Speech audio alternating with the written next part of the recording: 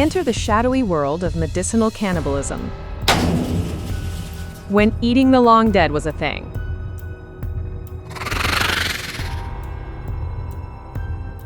Welcome to a journey into one of the strangest and most macabre chapters of medical history, the use of powdered mummies as a cure-all medicine in Renaissance Europe.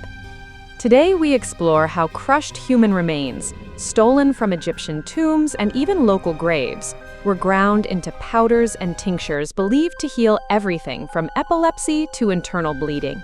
The practice, known as mumia, originated from a misunderstanding of an ancient medicinal substance called mumia, a natural bitumen or tar-like resin used in traditional Islamic medicine. Mummy powder was often mixed with wine, honey, or herbs to create potions.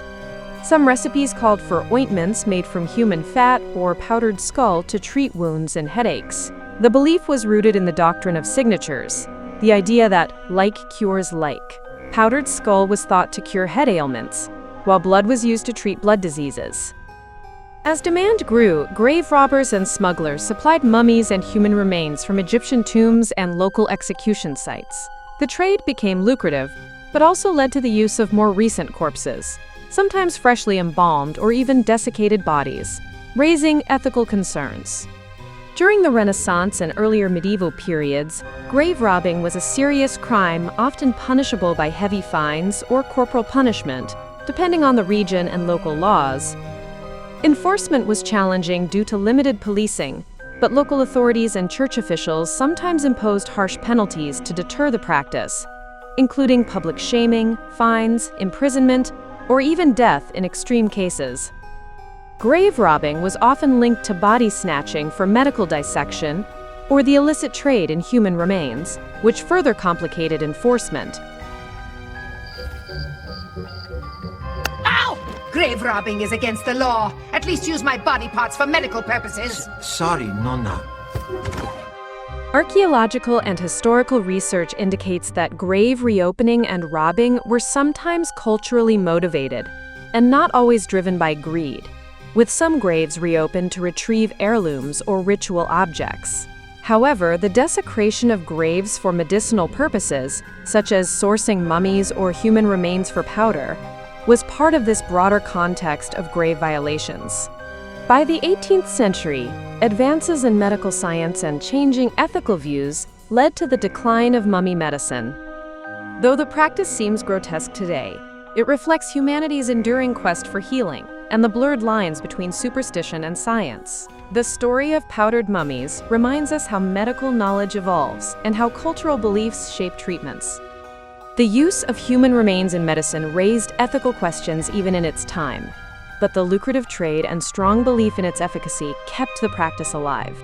By the 18th century, the rise of empirical science and changing ethical views led to the decline of powdered mummy medicine. Paracelsus lived around 1493 to 1541. Born Theophrastus von Hohenheim, he was a Swiss-German physician, alchemist, and philosopher who played a pivotal role in the decline of mummy medicine. He is famous for pioneering the use of chemistry in medicine and emphasizing empirical observation over traditional dogma. Paracelsus criticized the use of ancient human remains in medicine, advocating instead for fresh, natural substances and the concept that the dose makes the poison, laying foundations for toxicology. Dried dust from a tomb cannot heal the living. Fresh, vital flesh taken in the moment of life holds the true spark of nature. Look at it, warm, pliant, responsive. This is where the remedy lies. He rejected the prevailing medical authorities of his time and promoted a more practical, experience-based approach to healing, which contributed to the eventual abandonment of practices like powdered mummy medicine. The growing field of anatomy and pathology made the idea of healing with centuries-old flesh seem implausible. Public attitudes shifted as Egyptology and archaeology reframed mummies as historical artifacts rather than medicinal commodities. Today, the story of powdered mummy medicine serves as a reminder of the complex interplay between superstition, culture, and evolving medical knowledge. While the practice is long abandoned, it highlights humanity's enduring quest for healing and the sometimes blurry line between science and belief. Modern medicine continues to explore novel treatments, but with a foundation in evidence and ethics. If you enjoyed this episode of Medical Mysteries Then and Now, subscribe, hit the bell, and leave a comment about which modern comeback you want us to investigate next.